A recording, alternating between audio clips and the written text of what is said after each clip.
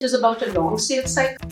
It is about a complex sales cycle and how we are able to personalize. Today, we are able to measure the things that we were not able to measure at that time. Most common way of nurturing, I think, for a decade now, has been email.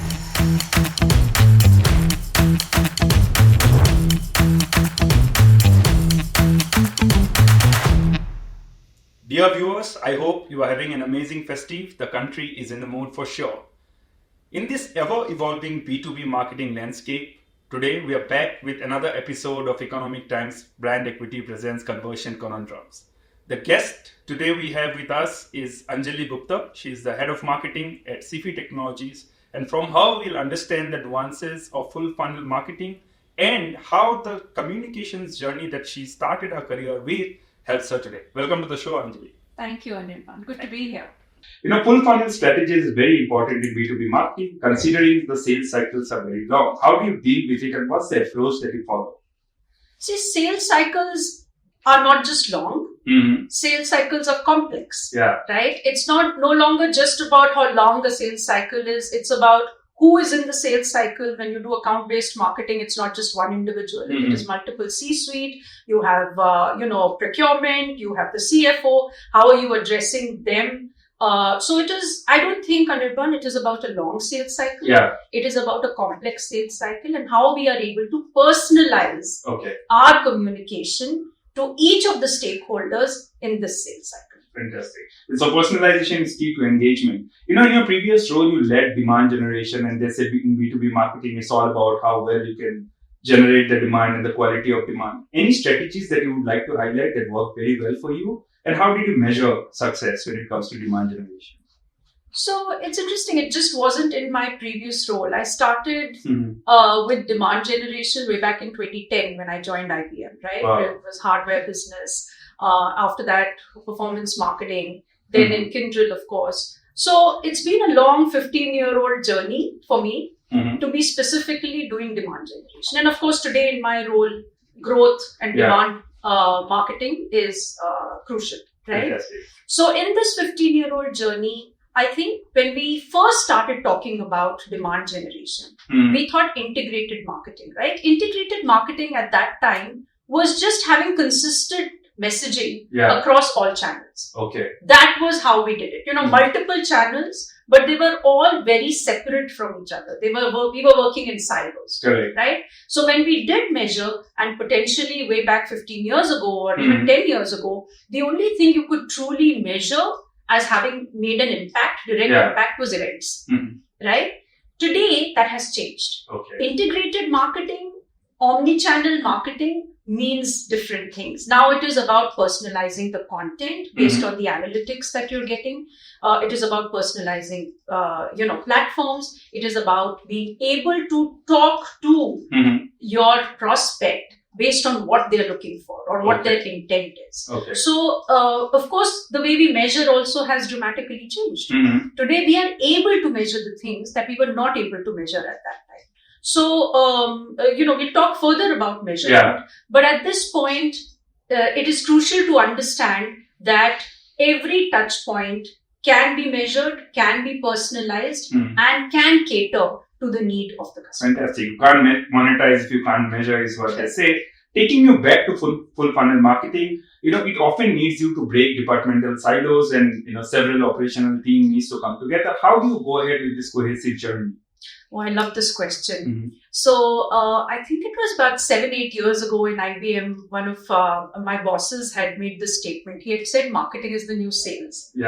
And that has never felt more real to me than it does today. And when I was joining Sify about 2 years ago, and, we were having this, my boss, Kamal Nath, who's the CEO of the company, we were having this whiteboarding exercise. One of the questions he asked me was, how would you better integrate sales and marketing?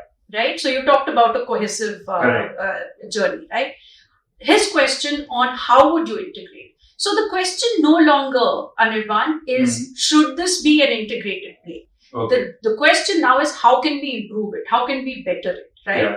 So we at Sify are doing a fantastic job right from the beginning. So when the planning starts, when the strategy starts, sales and marketing work together. Sometimes sales feeds off the inputs we give them. Sometimes we feed off the inputs that they have. So we work together in the strategy and planning stage, in the execution stage. And of course, as we go along and progress, once we have something in the funnel, then sales is very much involved in progressing it. We work very, very tightly together.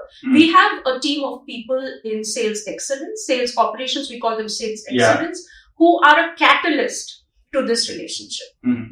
Then, of course, there's always, from a content perspective, we work very closely with the product teams, with the engineering teams, with the technology teams. And I think, the way we work today in this very collaborative, cohesive way is something that, was not there some years ago. Fantastic. Phenomenal answer, Anjali. Now I want to understand from you, how is it that you are leveraging data as a marketer, especially in B2B, where a lot of your KRAs must be around generating demand?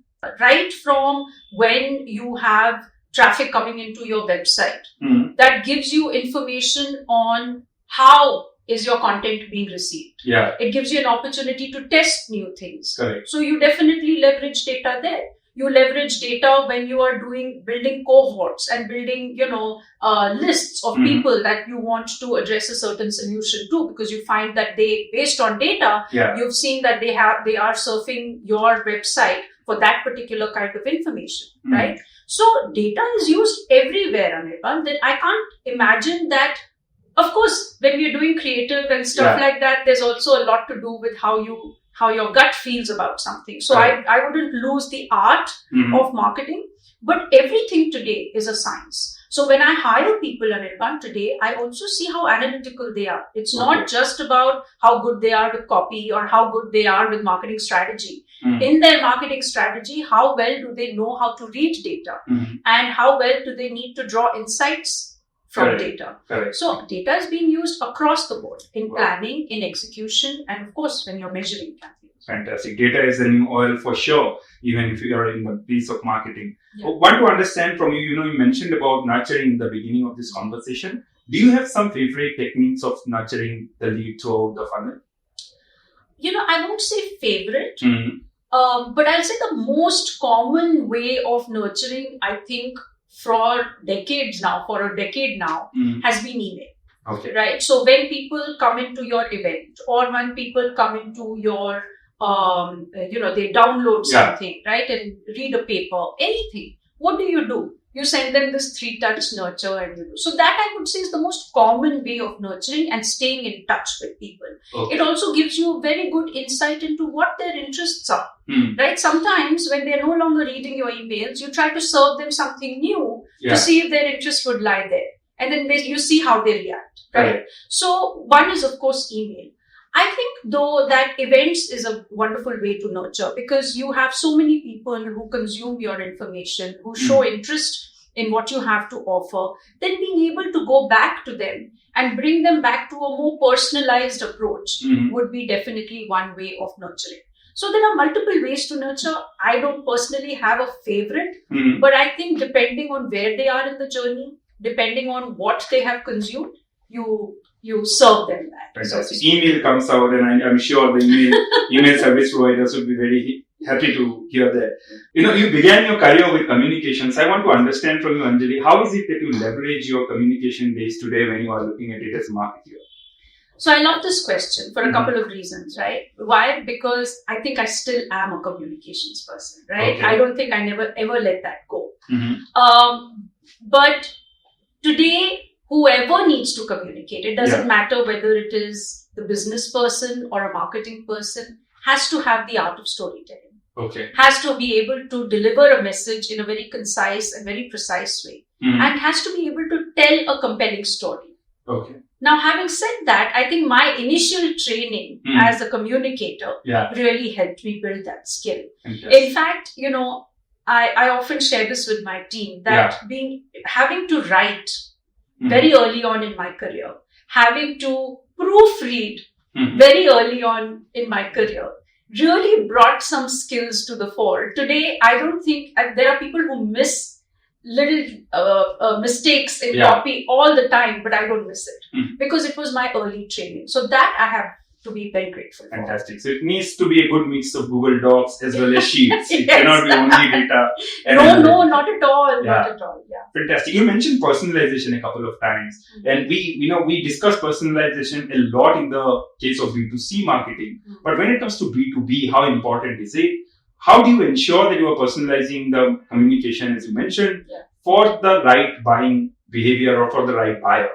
See, we are in a very lucky time right now. Okay. And that is why even after 26 years, I remain very, very passionate about marketing. Because what has happened now is we are able to personalize. Why? We are able to track the touch points on their journey. Correct. Right? So it doesn't matter whether you are B2C or B2B. Even as a B2B person or a B2B company or a B2B marketer, you are talking to a human being. Yeah. And that human being has shown intent.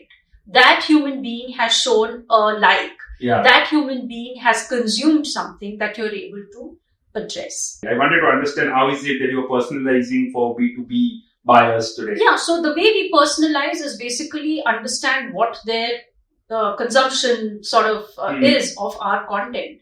And one very important thing I do want to talk about, Anirban, is having the ability to personalize means that one, you are able to see what they're consuming. Yeah. You are also able to feed them further information by using newer channels because you know what channels they're consuming this information on. Yeah.